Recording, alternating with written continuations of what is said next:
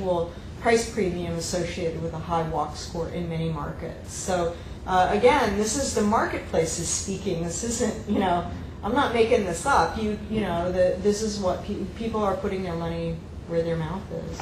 So yes. I have to praise the Redwoods, which has 335 residents. Mm-hmm.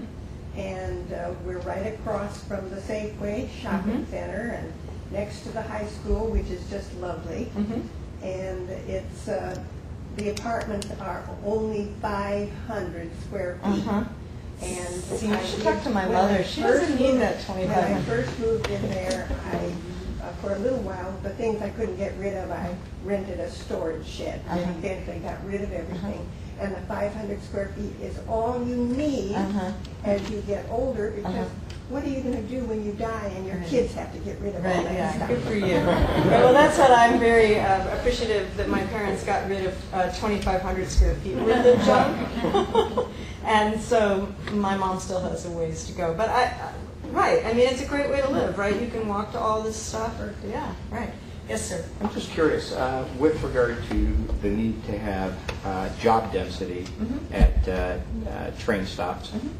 So is your analysis of SMART that there's enough job density at the various stops, or do we need greater job density? That's a good question. Did everybody hear the question? Is there enough job density at SMART? I don't know the answer to that, but I think what I think is that some places there is enough job density, and some places there's room to grow, to add more job density in, and some places like downtown Santa Rosa, the job density is a little far, and so that's where a shuttle would probably be useful. So I think that SMART is the backbone, but it's not the only piece or the only answer to making this all work. And it's not just about the current, but again, it's about the future. But what it allows for is the evolution of the Sonoma-Marin corridor, basically to continue to concentrate on the 101 corridor and also to create these opportunities for people to have a choice. So that's, and I'm going to go back around this way, so yes? Do you think there's any chance that San Quentin could end up being a transportation hub? I don't really know. I mean, I think it would be great. It's a beautiful site, but and it's a natural deep water port. Right. Yeah. I think from it would be interesting to think about it. I'm not really super familiar with the water.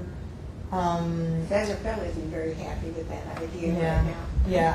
I don't really know. But I think as a ferry, as a ferry terminal, sure, why not? But I think, again, when we think about transit, we have to be really multimodal in our thinking. So again, ferries, why not? That's already a ferry terminal. For a one-way trip. No, a ferry terminal at Larkspur. Oh, Larkspur, right, at Larkspur, yeah, sorry. It's been a long day. Right, that's right, at Larkspur. But, Washington, Seattle, again, has a very robust ferry system that serves commuters. And it's interesting because their State Department of Highways runs their ferry system, because when they built that ferry system in the 1930s, they saw it as an extension of a highway. So instead of building bridges, they created ferries, and they have huge ridership every day.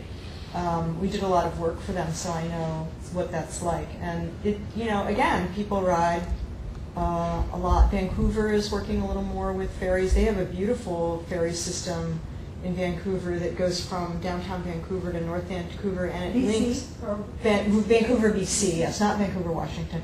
Vancouver, BC, and it links to their new light rail system beautifully. So it's a time transfer, so you can get off that train and get onto the ferry and go to North Vancouver. And I did this last summer with my sister-in-law, who's blind, and it worked perfectly. And she was like, at the end of the day, she was like, wow, we rode the train and the ferry, and then we went to the mountain and we went up the gondola, and she had a ball. Who knew? But anyway, yes. So there was a question over here, and then I'll come circle back around to you guys. Yes? I'm curious about the job growth for Marin, and particularly because some of your slides talked about professional services. Could you go a little deeper into that and tell me what that what that job market is really like, and where from your understanding of the trends, that fits with the way Marin, I think, wants to attract certain kinds of really nice, high-paying jobs, and promoting, I think, the right kinds of growth, because I frankly think that most people in Marin are not particularly big fans of growth, because it basically means gridlock and more cars to a lot of people. So how do we sort of, we're going through a planning process, how do we frame our meeting our future needs, Right. and not necessarily packing it up as growth, which is Right. not a very popular Okay. Well, that's trying to sugarcoat something that people don't really want, but I think that the answer is that you can't stop change any more than you can stop those redwood trees out there from growing. And so that's just part of being part of an organism that's living, which is what people are in this region. And I think that Marin, and to be honest with you, I haven't really looked at the employment projections for Marin County per se. I sort of wanted to stay away from that, and the way that ABAG did their allocations of employment growth for Marin versus Alameda or Contra Costa, I don't know. I didn't do that. I wasn't part of that.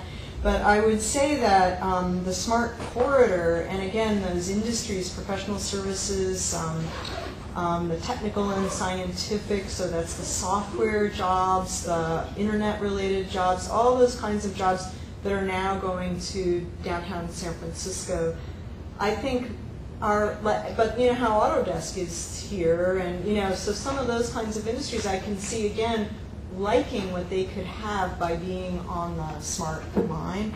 So I don't think Mill Valley itself is going to become some huge employment hub. You guys, your community already is pretty built out. You're tightly packed because of your topography. So for Mill Valley, I think what you really need to think about more is two things. One is having a flexible and resilient housing stock. So again, looking at these changes over time. How do we accommodate older people who might want to move out of their houses that feel stuck because they want to stay in town? I'd really like my mother to move to Berkeley because my sister and I live there, but she won't leave because her friends and her community and her cultural events, but at least she has the train, right? So I think thinking about the point here about the Sequoia, the Redwoods, is that the name of the Redwoods? Right? So what is that, that model of how do we allow people to stay here in Mill Valley? How do we allow our children to come back, if they go off, God forbid, to Berkeley to school, or, maybe Davis, how do we make a place so they can come back? And so again, thinking about how we cycle our housing, how we make it resilient, how we allow people to move through it would be one of your big issues, and some of that is about growth because it's providing different kinds of housing type. So that's one. And then the other is thinking about how you connect to the rest of the region. And that's getting back to this idea of transit stops, what makes sense. And then if we think about the link between transit, so for your friend who can't usher anymore, right, if she lived near a transit stop where she could get to a bus or a bus to the train or something, so she could go back and forth more easily, you want to think about situating that housing near where those transit stops make sense. So that's the kind of connection I think that you should be thinking about here in Mill Valley, because I don't think Autodesk is going to be opening up headquarters here anytime soon, nor should they. This is not that kind of community, and I think that's the important thing about the PDAs and about, what I was saying at the end about not every community is going to have knowledge base, not every community is going to be an employment center, and that's okay. That's sort of part of the way we operate within a bigger ecosystem, if you will. Does that make sense? Sure. Yeah, good. Okay, was there another question?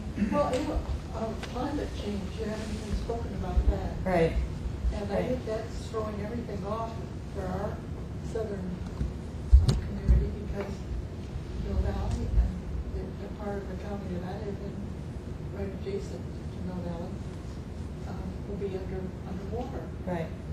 And the sites that have been selected for dense housing, up to 35 units per acre, are on these floodplains. Uh-huh. And in another year, they expect to have the FEMA numbers. And then we need to go requirement